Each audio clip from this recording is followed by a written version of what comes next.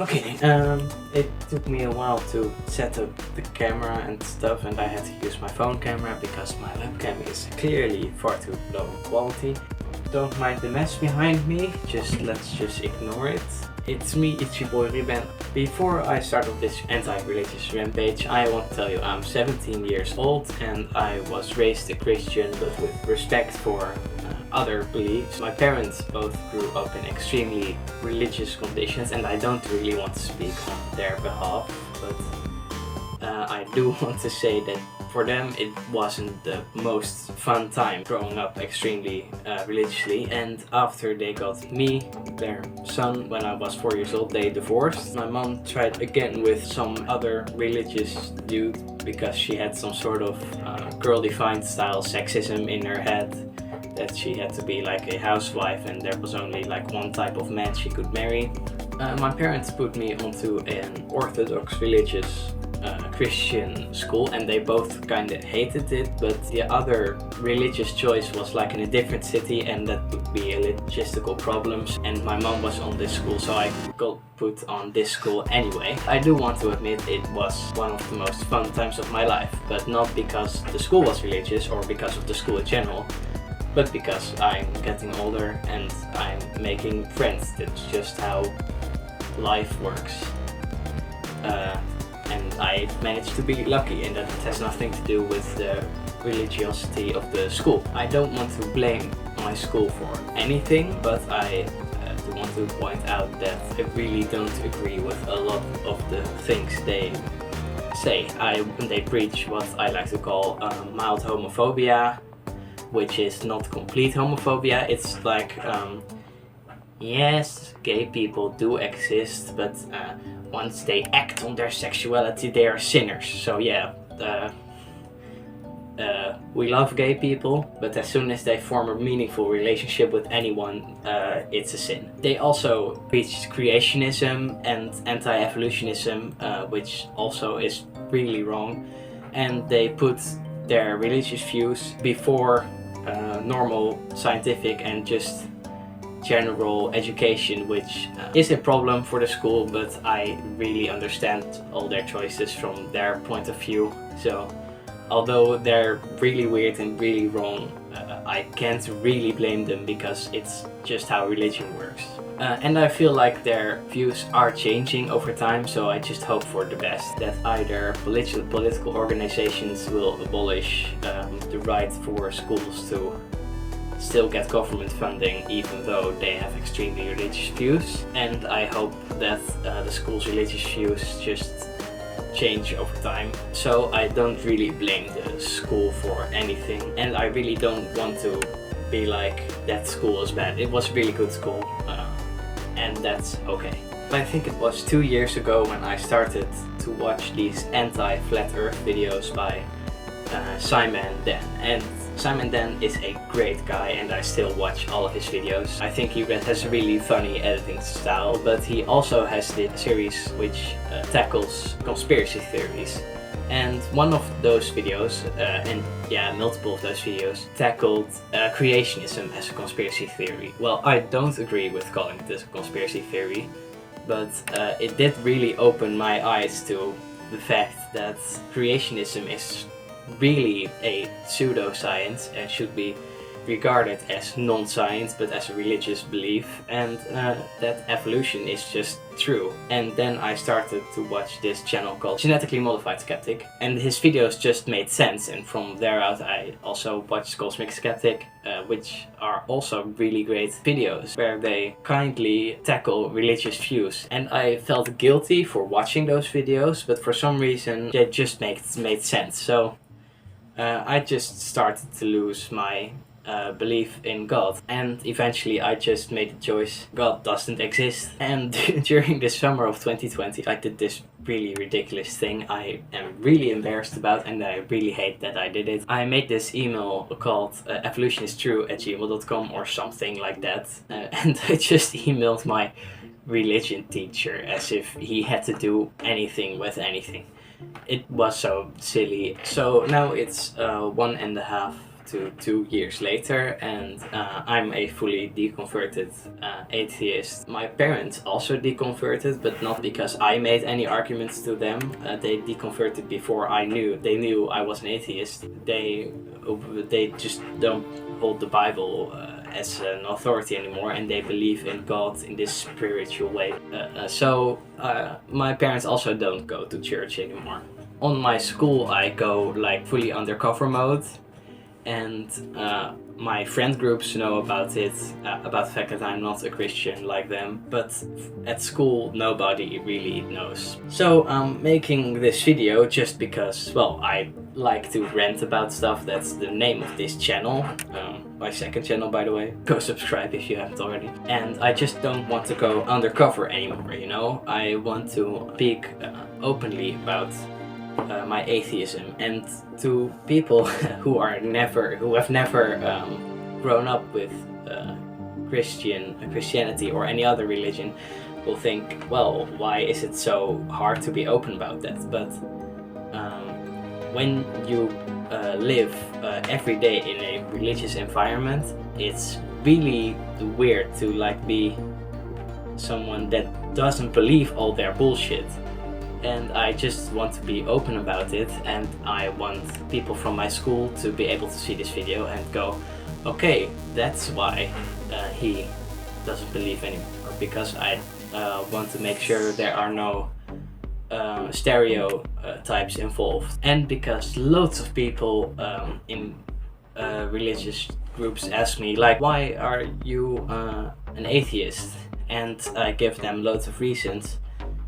But I just want to give a clear overview of all those reasons, and don't want to do it in conversation and then say some stupid shit, which I do very often when I am in discussion with people who have other opinions. So that's why I wanted to make this video, to just clearly state my arguments and not state them wrong or hurt people's feelings, you know?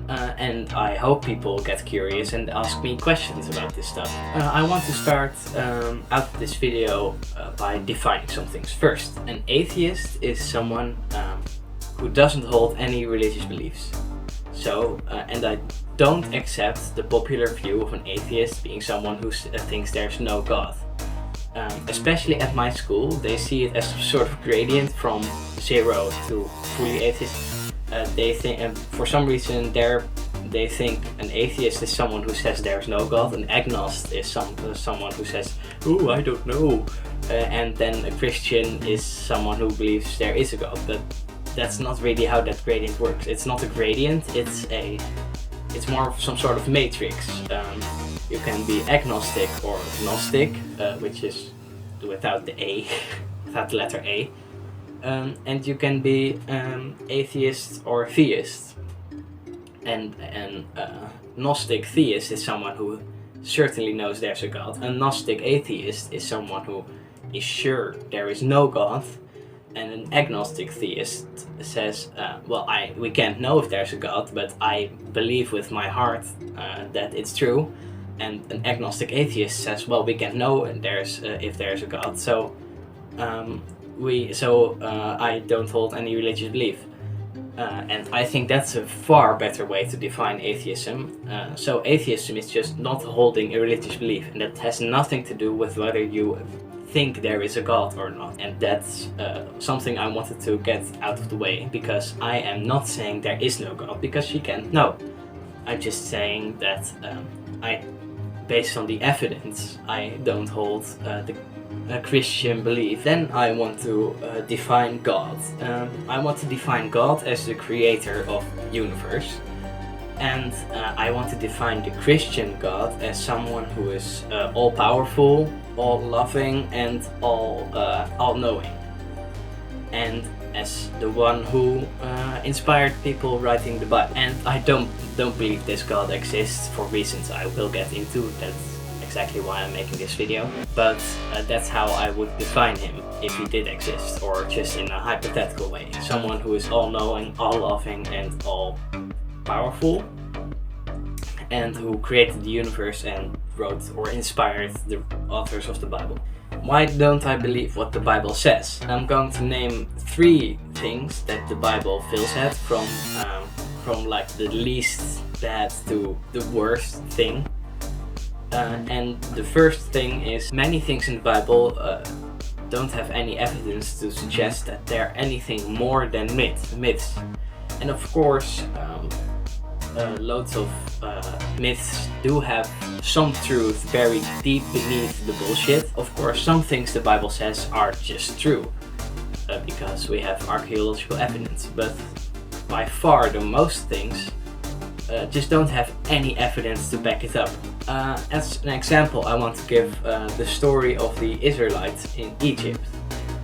Nowhere in recorded history, and especially not during around 1400 BC, is there any sign of Egyptians having an enormous population of Israelite slaves, of Hebrew slaves. The only Egyptian mention of Israel is from the Merneptah Stele.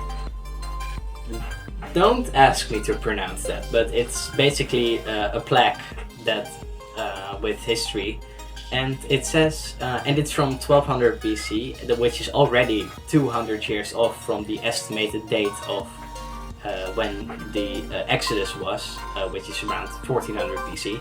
So it's already 200 years later, and it says, Israel is laid waste. Yeah, that's really good evidence for the Exodus happening, the fact that Israel was destroyed. Yeah, right.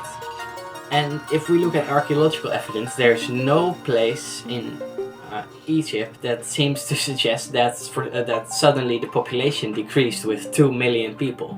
Egyptian recordings also don't mention anything of slavery for Hebrews, and also don't mention Moses or Joseph, who was like the Pharaoh's right hand in the Bible, which is just really weird. Because Egyptians were really keen on recording history, which is why we know so much about ancient Egypt, although it's 3,000 years later now.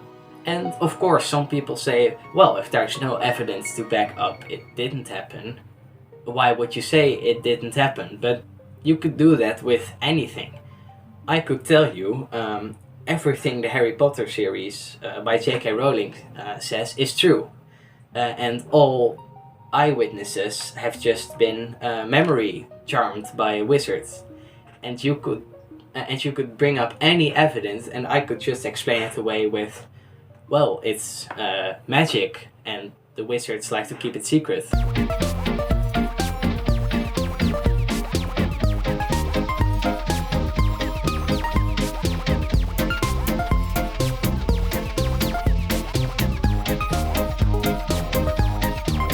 And the same goes for many Bible stories.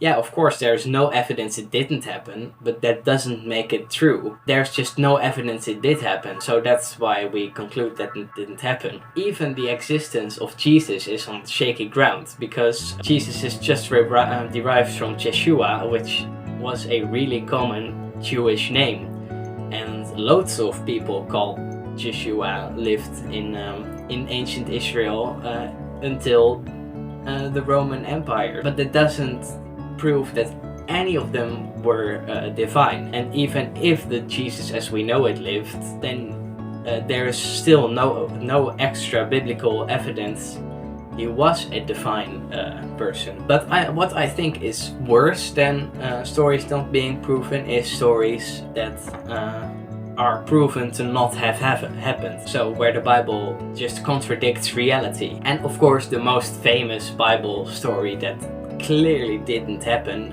and of which we have mountains of evidence that it didn't happen, is of course the creation story, because science has told us that almost all life on the earth evolved from a single common ancestor, and there's no way to be able to refute that unless you just want to ignore all the scientific evidence.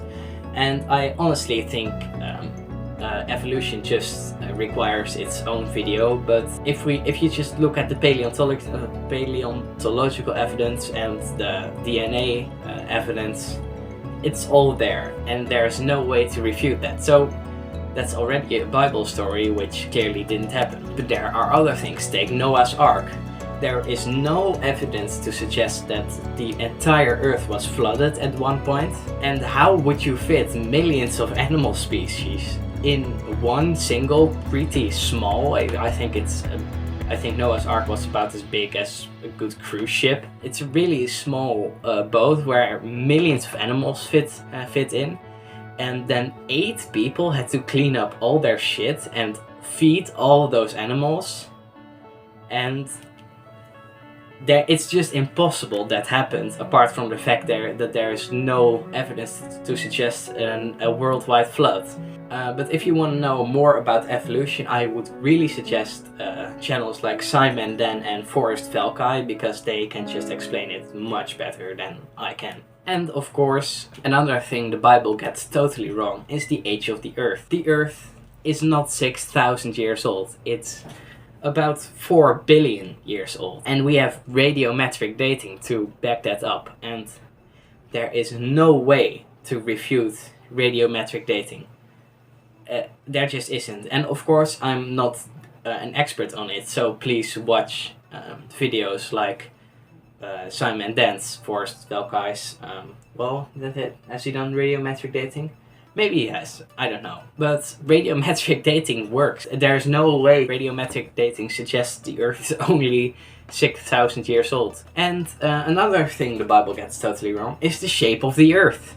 Not only the age, but also the shape of the Earth. Look at like Genesis, the creation story. It clearly represents a flat Earth model. Most flat earthers are Christians, and they believe in the flat Earth because the Bible model is a flat Earth. And I think somewhere in Jeremiah or in Isaiah, there is one verse that says like the circle of the Earth. But a circle is not a sphere, and most flat earthers also believed in the Earth being a flat circle. And almost all other verses pertaining to the shape of the Earth in the Bible clearly state it's flat, which it just isn't. So that's also a thing the Bible gets wrong. Then there's the nativity story. Jesus wasn't born the way Luke and Matthew describe it. Luke mentions the census of Quirinius. Sorry, but when Quirinius was in power in Israel, Herod the Great was already dead, so there's no way they both are part of this story. And then there is the census, which where everyone had to go to the birthplace of their ancestor. King David lived 1,000 years earlier, before Joseph lived. So it's completely arbitrary for the Romans to set a rule that everyone had to go to the birthplace of their ancestor from 1,000 years earlier. That doesn't make any sense, especially because nowhere in Roman literature it says that there was a empire-wide census. So there's no way it could have happened. So that's another thing where the Bible contradicts reality. But also small things like bats being classified as birds when they are mammals, which clearly shows that the people who wrote the Bible didn't know any better. But granted, a lot of people say we accept that the Bible is written by fallible humans as long as it gets the message right, But then I get to my third and last point about the Bible, which is worse than no evidence, which is worse than evidence to suggest it didn't happen, I think, is that the Bible not only contradicts reality, it contradicts itself. There are Bible contradictions. The most famous video about this is made by a non-stamp collector. You should really watch it, it's really funny. But also people like Holy Kool-Aid have made a series where they uncovered like 24 Bible contradictions. I'm going to suggest a few that come to mind. Like both Matthew and Luke give an ancestry of Joseph to show that Joseph is related to King David. Which is already weird because if Jesus is a son of God and Mary, then why does it matter that Joseph is descended from King David? But if you look at the genealogy from both Matthew and Luke, in Luke, Joseph has 25 ancestors to King David. In Matthew, there are 41. And they are completely different family trees. Already the dad of Joseph's father, is already a different person in Matthew and Luke. And Matthew says there are 42 generations to King David, but it itself only mentions 41 generations, so that's already wrong. It already contradicts itself. And in I don't know where, but in 1 Chronicles 3 also has a genealogy, a family tree of descendants from King David, and that one is different from both the New Testament accounts of the genealogy, which clearly shows that they were probably made up as apart from a few famous names. A smaller contradiction is the contradiction between 2 Chronicles 36 verse 9 and 2 Kings 24 verse 8, where Jehoiakim is either crowned at an age of 8 and an age of 18 years old, which is a contradiction. It may be a small one, but it's still a contradiction. When Peter disowns Jesus after Jesus got arrested, and Peter says, well, I'm not a follower of Jesus 3 times before morning comes, was the person who asked the question of whether he's a follower of Jesus 3 times either A slave girl, then the same slave girl, then a crowd of people. B, a slave girl, then a different slave girl, then a crowd of people. C, a slave girl, a man, and then another man. Or D, an unspecified girl, then a crowd of people, and then one of the high priest's servants. Why all 4, of course? A belongs to Mark, B belongs to Matthew, C to Luke, and D to John. In case you were wondering. And yeah, that's a huge contradiction. In Mark and Matthew, Jesus celebrated Passover before he got arrested and crucified. In John, it clearly states that Jesus got crucified before Passover. You can't have it both ways. And yeah, many Christians try and bend in all sorts of directions to make these things fit their worldview, but it's just impossible. And why would an all-loving God write a book that is so vague on so many topics? And that also contradicts itself and is clearly wrong on many topics. Like, if God is all-loving, all-knowing, and all-powerful, then it's literally impossible he did that. Because if he's all-loving and all-powerful, he clearly didn't know that the Bible would cause so much disagreement it sprouted wars. If he is all-powerful and all-knowing, he clearly didn't care about the Bible being extremely vague and wrong on many levels. And if he's all-knowing and all-loving, apparently he couldn't do anything about it. So either the God of the Bible doesn't exist, or he's not the God that the Bible says exists, which is already a weird paradox. So if you tally up all those things, you clearly see that the God of the Bible doesn't exist. Like, at least not in the way many Christians think it is. Has anyone noticed that in the Bible God is cruel as fuck? He kills thousands of people, he hates gay people, and he commands slavery. How is that an all-loving God? Seriously, the God of the Bible is clearly not very moral. until we get to the New Testament, when he suddenly changed into this teddy bear that loves everyone. And many people say, hey, the people that God kills in the Bible clearly did things wrong and they deserve to be killed. One, I think no crime deserves capital punishment. Two, a crime deserving capital punishment is our human understanding of morality and our human judgment of these things. And God is supposed to be above these things. A just God would find a completely different way that he could either punish these people or he could like make the hearts of those people turn over and make them good people. But no, instead he chooses to kill like millions of them. I would, if God did exist, I would ask him, how dare you? It doesn't make any sense. Then there's Christianity, and I do want to say many religions have brought good things to the world. But then there's things like white evangelicism, which is literally God and guns, and promotes racism, promotes sexism, promotes homophobia. They are all Trump voters. That already doesn't make any sense from a Christian standpoint. And of course there were many atheists that did wrong things. I can't come up with anyone. No, Hitler wasn't an atheist. Read Mein Kampf. All those Christian people that all did extremely wrong things. How did they get all their knowledge from that one same book? Like the Crusades. They killed thousands of Jews and Muslims during the Crusades.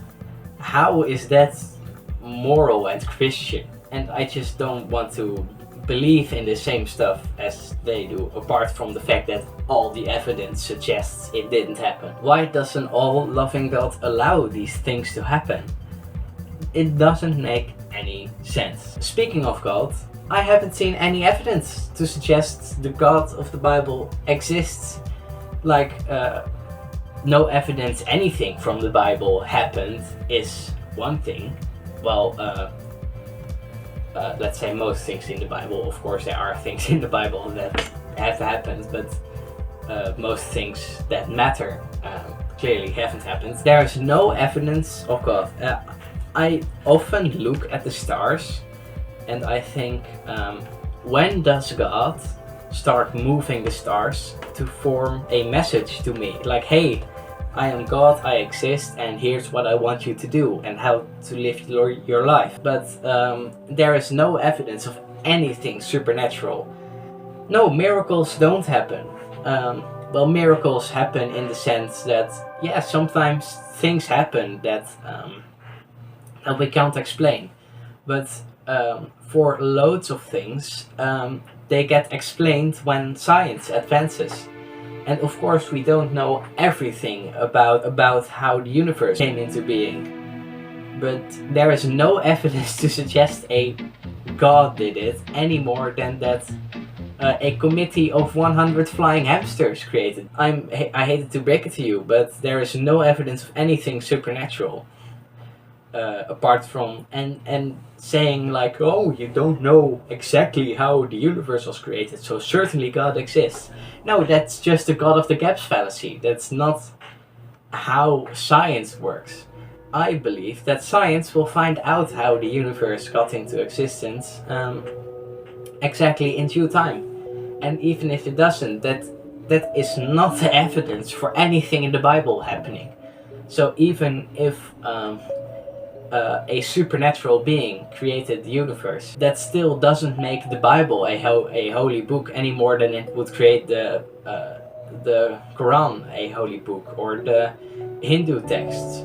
So even if supernatural things did exist, it's not a reason to be Christian. It's just a reason to believe that a God exists or a pantheon of gods.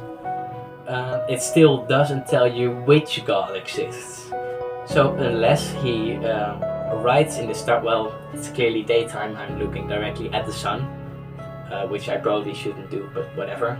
Unless he moves the stars and says, hello, here I am, and this is my revelation to you. I'm not going to hold any religious belief until I clearly get shown evidence for a God existing and telling me how to live my life. I'm not saying there is no God, I am not saying there can't be a God, but I am saying there is no evidence to suggest that a God exists or that we should follow one particular religion. And I think nowadays religion causes more harm than good. In the past, religion was the base of modern science. And that's why religion has also done many good things, like Muslims created the modern math system, and Christians were among the first real scientists in the 15th, 16th and 17th centuries. So of course Christianity, but also other religions have done many good things, but nowadays I never see any good things done by religious groups, except for maybe the fact that churches give a lot to charity. So at the moment I'm more anti-religious than I would see any reason to be religious. So yeah, that's why I am an atheist. If you have any questions about anything I said, please leave them down in the comments, or if you know me in real life, just hit me up via WhatsApp or just give me a tap on the shoulder and I'll have a discussion with you. I hope discussion will be fruitful and that discourse between different religious groups will improve over time, and I would love a good conversation, and if I hurt your feelings in any way, I'm sorry, and you should just tell me and I will apologize. And I hope that I brought something good to you. If you are on the verge of becoming an apostate, or if you are unsure if religion did exist, it doesn't matter and it shouldn't have to matter. But if you're afraid of going to hell because you doubt your beliefs, that one shows that your belief is probably a cult, because then people apparently tell you you're going to hell if you leave the belief system, which clearly shows cult signs. But I sincerely believe that if a all-loving God exists, he wouldn't send me to hell for looking at the evidence and going